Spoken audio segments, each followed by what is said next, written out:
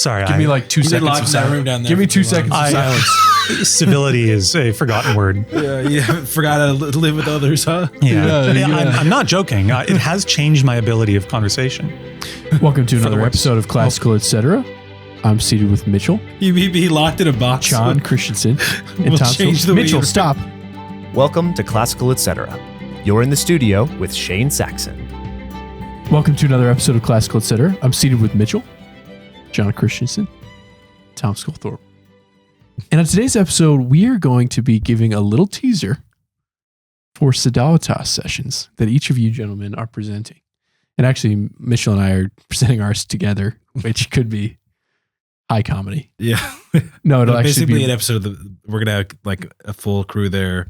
It's basically gonna be a podcast episode. it'll be really helpful, enriching content. I really so is the podcast episode we're gonna film at that session. But before we get there, I want to ask you, Tom, what have you been reading recently? Right now I'm reading Crime and Punishment. Oh, Yep. First I'm in time? Part 2. Yes, that's right. Yep. now, Tom, First are time. you a fan of Radia? Do you identify with him in any way? I do identify with him, Wow. but I'm not a fan of him. In the same way I might say I'm not a fan of that side of myself. Yeah. Well said. I was talking to Mitchell in the office about this the other day, just how some of the ways that Dostoevsky describes what's going on in him before he commits the crime. I've had experiences like that in my own life, and that's both fascinating and frightening. So, I'm enjoying it very much. Where are you at in the book? I'm in book 2. He just he was just sick and had the visit from his college friend and then the suitor for his sister. Yeah. I can't remember their names exactly, so I don't want to try to butcher them. I think that you are going to love the end of that book, and I look forward to talking to you about it when you get to the end. I agree. I think I feel like there's no better story for you to read. I feel like it's gonna just like really destroy you. You're gonna cry for the first time. Yeah. Yeah, I don't actually know if Tom's ever cried or will, but I agree with what you're saying. John, what have you been reading recently? I've read my first big book of planets about 100 times. Yeah. Because my 3-year-old he's in a phase. Yeah. That and Inside the Space Station. He's got a space thing going on right now. Awesome. And that has mostly eclipsed any possibility of my getting any personal reading in. Yeah. He's a very good child. He's very good with quiet time. But if I'm having quiet time, then it becomes playtime, right? I have tried. We just came back from a trip, and I tried continuing Hermann Hesse's Glass Bead game, Magister Ludi, which is kind of one of his B-list books. You don't hear about it as much as like Siddhartha and so forth. Interesting little sci-fi story, essentially. I began reading it with my wife a few years ago, and she didn't like it, so we stopped reading it, but I liked it, so I wanted to read it again. Yeah. But man, again, kid came with us, and Inside the Space Station came with us too. So, Yeah, I understand. Mitchell, what have you been reading recently? And if you say Winnie the Pooh again, I will kick you off the podcast forever. I mean, I sympathize now for... Yeah. Right. Yeah. Yeah, Shane, you got to cherish these moments. It's been a year where Mitch is like, every time I ask Mitch the question. Well, it's because I read it in English and now I'm reading it in Greek. So I am reading Winnie the Pooh, but it's in Greek. So I don't know if that gives me like... It's classical. Yeah, it's classical. There's novels you read every year. And the Greek version of Winnie the Pooh is just my every year novel, or it's been a year novel. I'm still trying to finish these 2 novels by Graham Greene so that Paul and I can have a fun talk about it. Nice. Because he's a huge Graham Greene fan. And then I've taken Fear and Trembling off the shelf and I've put it. I've put it by my bed so that you and I can come back to that at some point. Talk about the nature of faith. Yeah, it's going to be great. I've read it once before. It's been a while, and I know that you've recently read it, and so I'm hopeful to go look at the highlights and to be able to bicker about it. That'd be great. Yeah, it's awesome. Shane, what are you reading? Thanks for asking. I'm nearing the end of my annual reread of the Iliad, and I'm in like book 21, I want to say. If you say that you've read the Iliad, you're still reading the Iliad. And every time I read it, and John, I know that you're the like target audience for this reflection. Other things just come out about its brilliance and its uniquenesses. Every time there's something different about it that strikes me. And this time, I think what has really been most profound is the way that in book 9, things begin to shift, which is interesting because that's the same book that in the Odyssey, he begins retelling his stories. But it's in book 9 that you come back to Achilles and he is really standing his ground, but you're seeing some of his internal dialogue about why he's not going to go back out to fight. And this precedes, Patroclus going out to fight. And I just found that really, it's interesting how it mirrors it, and that I think the structure of both in some ways is similar in that way, at least. And I find that interesting. So let's turn to our topic. In a couple of weeks, we are going to have a conference here on campus at Highlands Latin School and Memoria Press. And the first 2 days of that conference are a conference called Sodalitas, and it's for homeschool families to come and to hear enriching topics about Memoria Press curriculum and other things that help them to homeschool classically. And each of us are participating in the sessions. And so I thought it would be a good idea if we talked a little bit about what we were going to present on, and then just tease out the subjects. We're not going to do our whole sessions right now, but maybe whet my appetite a little bit, Tom and John and Mitch, for your sessions and what you guys are going to be talking about and why people who are listening to this should consider coming out this summer. So Tom, let's start with you. What are you talking about this summer? Thanks, Shane. I have, I'm doing 2 sessions that I think will be of interest to Sodalitas attendees. The first one is basically an overview of our philosophy of mathematics here at Memoria Press, how we incorporate that philosophy at Highlands Latin School, and how we can be successful doing likewise in the home. It seems like the transition from arithmetic to algebra and beyond is perennially challenging for homeschool parents, and understandably so, because the processes and computations get tremendously more complex. Could you just stop and tell me, Yes. kind of spell out what is that transition, and maybe explain it to me like I'm a 5th grader? What is the difference between the arithmetic and algebra? Arithmetic is factually based, and the operations are generally pretty simple: add, subtract, multiply, divide. When you step into the world of pre-algebra, which is typically a 7th or 8th grade level course, we're moving from factual regurgitation to logical reasoning. So how can I determine the value of this unknown quantity in this expression or equation? And it's a big jump in reasoning for students, a big change. And I just finished up teaching an Algebra 1 class here for our cottage school this year, and it was a joy to see the students come in from that pre-algebra introduction, and now they're fully formed algebraically thinking students, and so it is doable. I had them 1 day a week.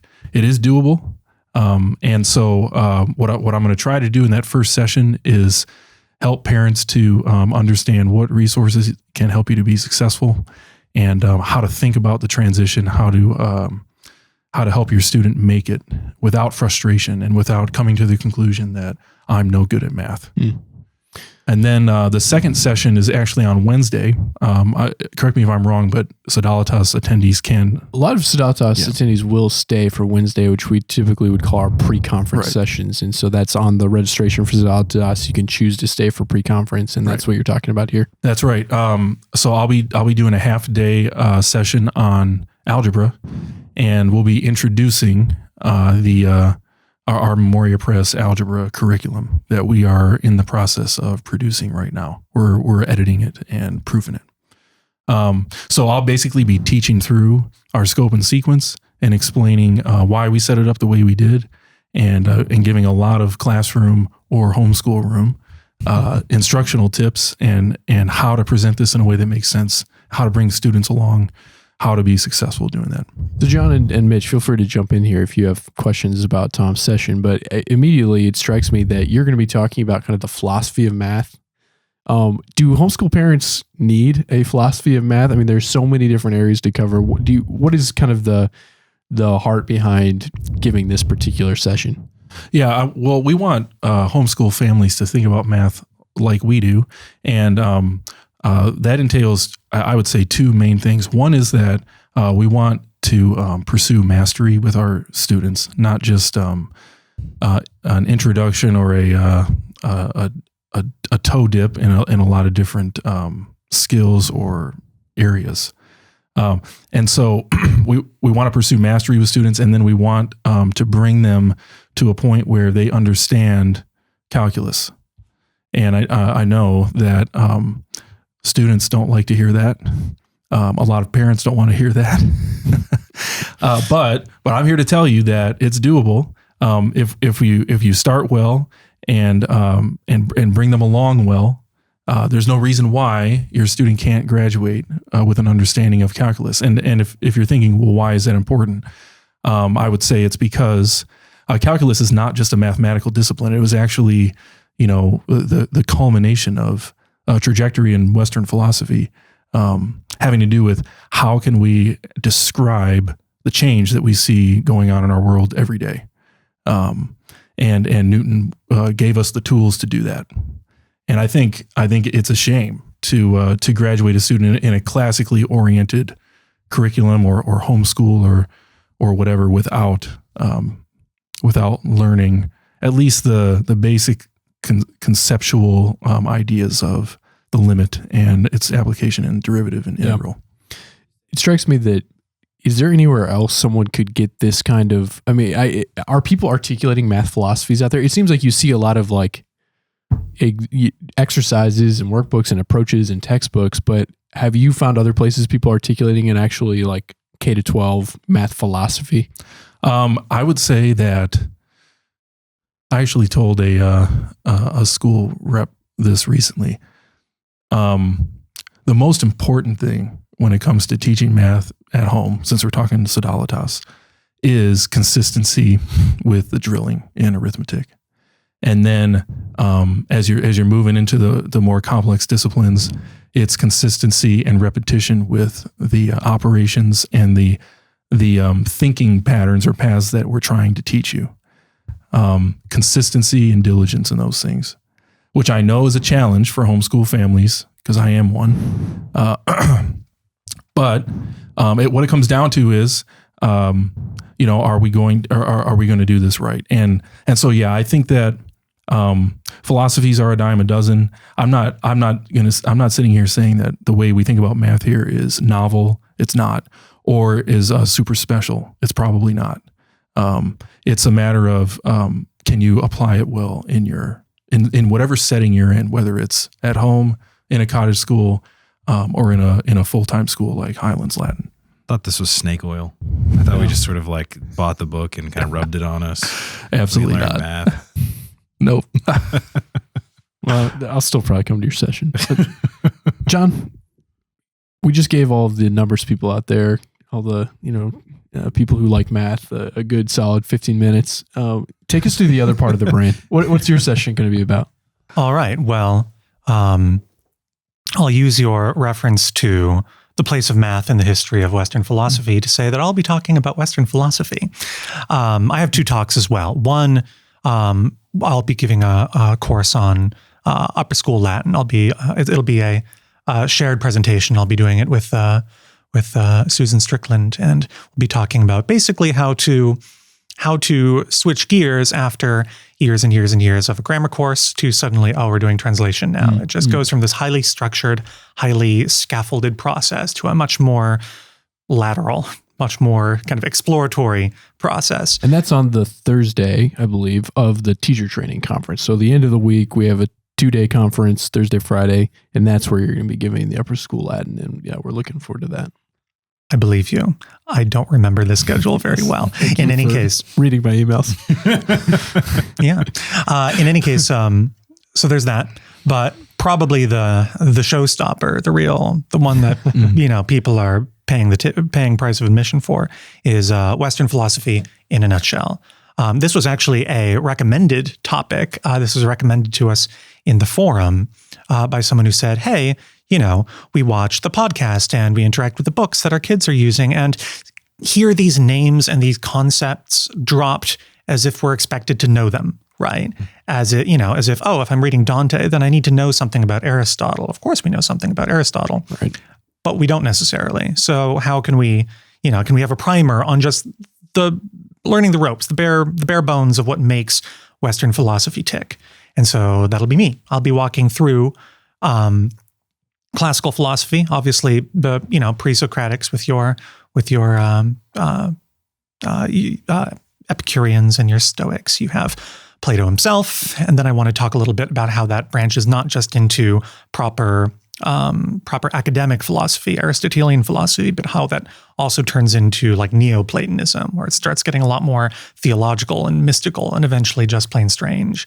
I want to talk about how that version of Aristotelianism after the fall of the Roman West is picked up in the East, right? A little bit about the Arabic philosophers in the Islamic Golden Age and how that's picked up again by folks like Thomas Aquinas, right? And the real development of kind of hard scholasticism. And then the early humanists like Hobbes, Locke, and if we have time for Kant, hopefully, if we have time for Kierkegaard, I know that'll make Martin happy. Yeah. Is this session going to be 40 hours long? No, and I am permitting the brevity of the course to dictate the specificity of the course, because of course, any one of those writers is someone that deserves a great deal of time, right? Right. But not only is any given one of those people's corpuses or corpora, more or less appropriate to a student's needs in a classical Christian education. But also, just my specialty definitely skews to the earlier and not to the later, Sure. right? I have a lot to say about Plato. I have a lot to say about Aristotle and Cicero, right? But, I was saying right before, like Duns Scotus is not someone I really spend a lot of time thinking about. Sure. Right. And for that matter, people like them, especially like in the scholastic period, even though they deal with metaphysics and logic and so forth, And broke it. Yeah. their corpus is so predominantly theological, right? That might extend beyond the purview of the course, right? There will be theology necessarily, right? Because, right. Just philosophy is cosmic in nature, right? There's going to be some degree of teleological discussion when you're dealing with, Averroes or Avicenna, right? Because, the question of whether the universe has a beginning or doesn't have a beginning is both a logical one and one that has strong, kind of consequences for what God is, right? But so I can imagine a homeschool mom hearing this pitch and thinking, that's going to be so far over my head. I couldn't imagine sitting through that session. Talk them into it. yeah, so that's the point, is that, if I just talk about these disconnected ideas as disconnected ideas, kind of, well, that's not useful, right? So I really want to, talk about it in a scaffolded manner, right? Kind of go from start to finish, because someone like Avicenna is an Aristotelian, right? He's only coming up with the ideas he's coming up with because he read his Aristotle. And so what's Aristotle talking about? Well, you kind of know Aristotle if you know your Plato, right? So kind of giving people the breadcrumbs to know how each one kind of steps you into the next philosopher, but also trying to make it as related to the texts they'll actually be reading as possible, right? Like, frankly speaking, Kierkegaard is not largely germane to what we'll be talking about in our classrooms, right? And so he will be nodded to, right? But not necessarily given the kind of fullness that you get in a proper Kierkegaard class, because again, how does that relate to your reading of Dante? Maybe by analogy, but not literally, not in a textual basis, obviously not for time travel purposes. So I want to give them kind of the vocabulary to understand, like, if Dante or if Virgil uses this phrase, right, then I can say, I recognize that phrase. I recognize that idea from the analogy of the cave, right, in Plato's Republic, right? Which again, it's, if I just say the analogy of the cave, that seems like this arcane, esoteric thing. But it's just a thought experiment that Plato presented, and I'll present it to you, and suddenly you'll say, this thing is just a key for thinking about the universe in a certain way that Plato provided for us. Right. John, I wanted to ask you, as you were thinking about kind of writing the session or thinking about what you're going to present, I recently opened up Copleston, which is the intro to philosophy that we use for our metaphysics course. And in his intro, he talks about trying to be objective as he presents the history of philosophy, but he says you necessarily have to choose to talk about some things and not other things, right? You have a limited amount of time. Right. And his, talking about trying to be objective shows his hand about his philosophical assumptions in and of itself. But aside from that, you have to choose some things to talk about and not other things, even if you're just restricting it to Plato, Aristotle. What are some of the organizing principles for you in terms of what are helpful for a homeschool mom or dad who's educating that they should know about Western philosophy? First of all, whether they talk to each other or not, right? Again, if we kind of take this kind of far left turn into the idea of a world mind that appears in Neoplatonism, right? That's basically begins to cease being classically contiguous and is not something that's going to show up in their literature, right? And in the talking of other philosophers. So kind of trimming even the works that we are dealing with to the most germane things. And by germane, I mean related to, again, the classical works and the English works of literature that they'll be dealing with in a Highlands classroom, right?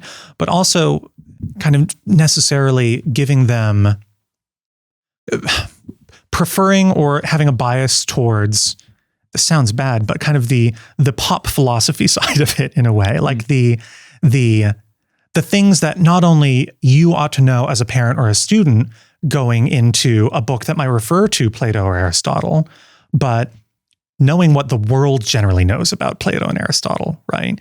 Because again, the average random human being out there has probably not read the Symposium necessarily, but they've probably heard about the Republic, right? Yeah. They've probably they at least know the phrase Plato's Republic.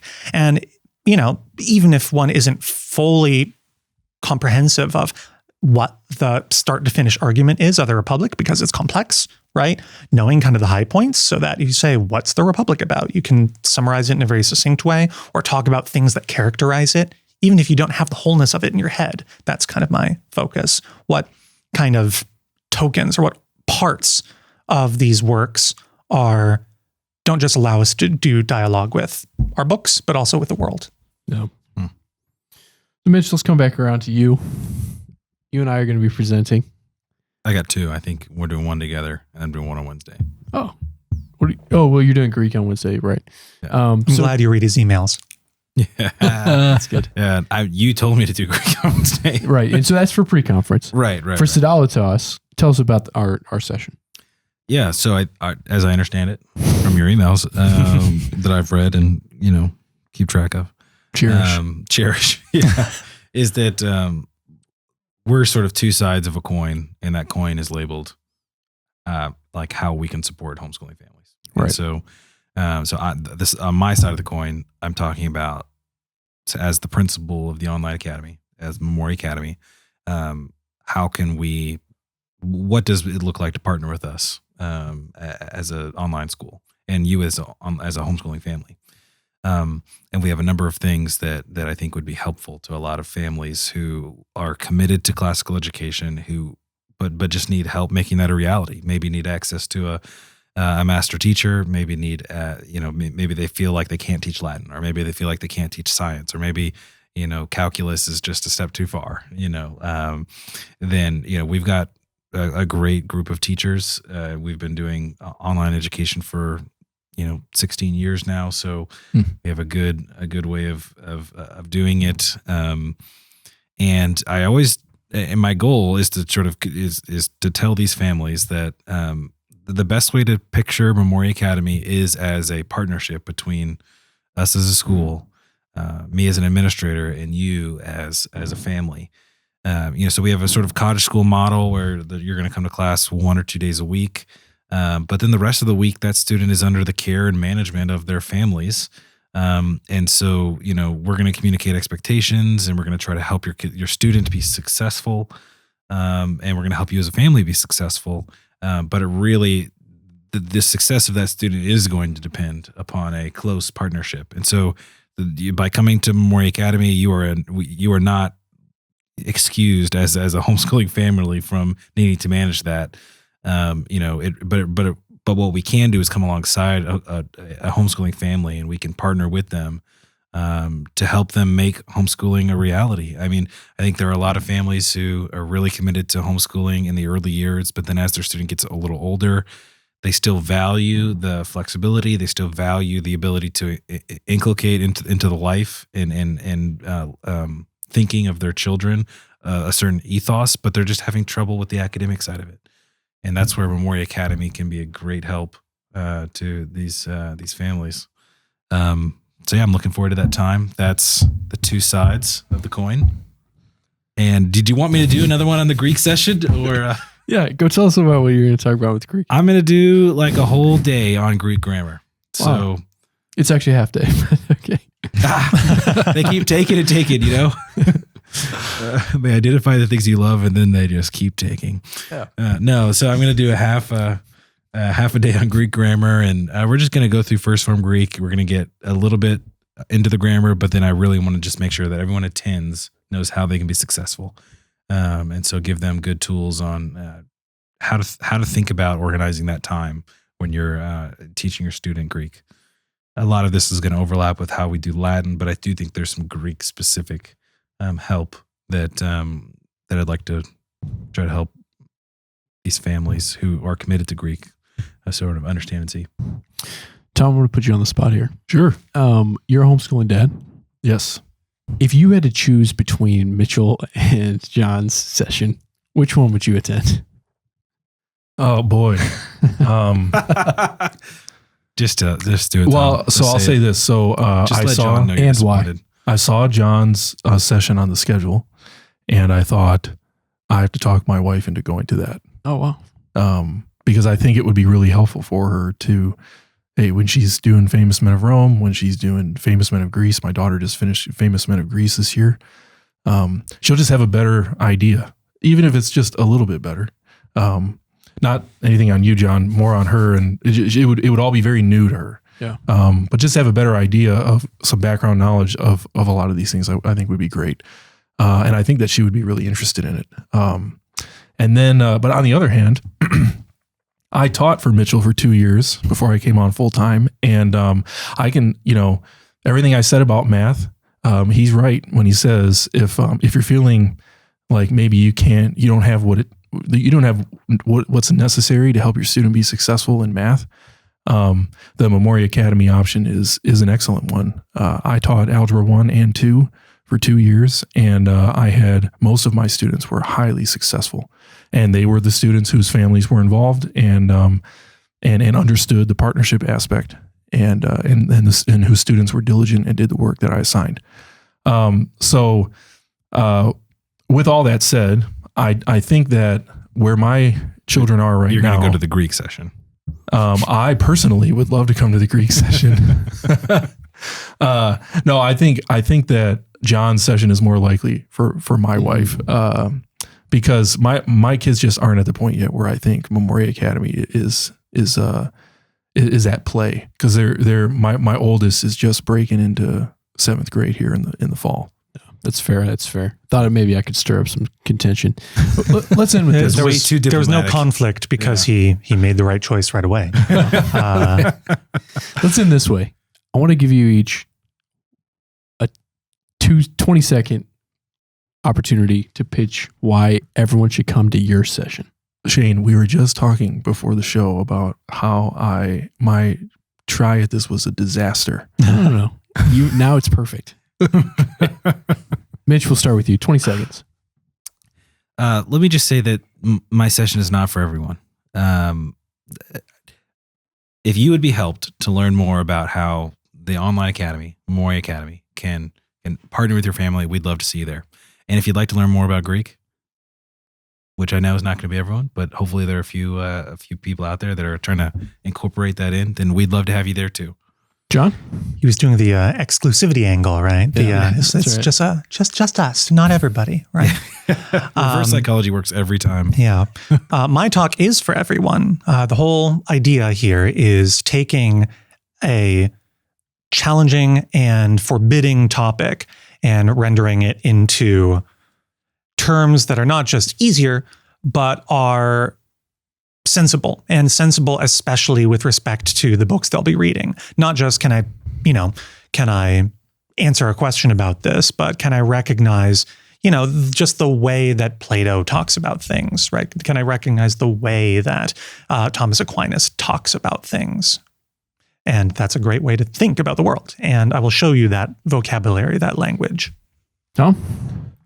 So I would say that both of my sessions are for everyone. The Wednesday session on algebra is going to be more relevant for people who have students either coming into algebra in the fall or in the next couple of years, because we're going to be previewing products that we have coming down the line soon. And I would say come to my Monday afternoon session if doing math at home for you is kind of something no one looks forward to. I hope to help you develop over time a love for math, and you and your students for it to become a time that's enriching and not fun but enjoyable, rather than something that everyone hates. And I think that no matter if you're in the arithmetic stage or you've got a junior in high school, I think there's things that I can give you that will be helpful. Great. Well, I hope to see you all there this summer. Thank you for listening to this episode of Classical Etc. If you enjoyed this conversation, please consider liking this video. If you want to join the conversation, then you can comment below. And if you want to stay connected, please subscribe to our channel. I hope you enjoyed this show, and we'll see you next time.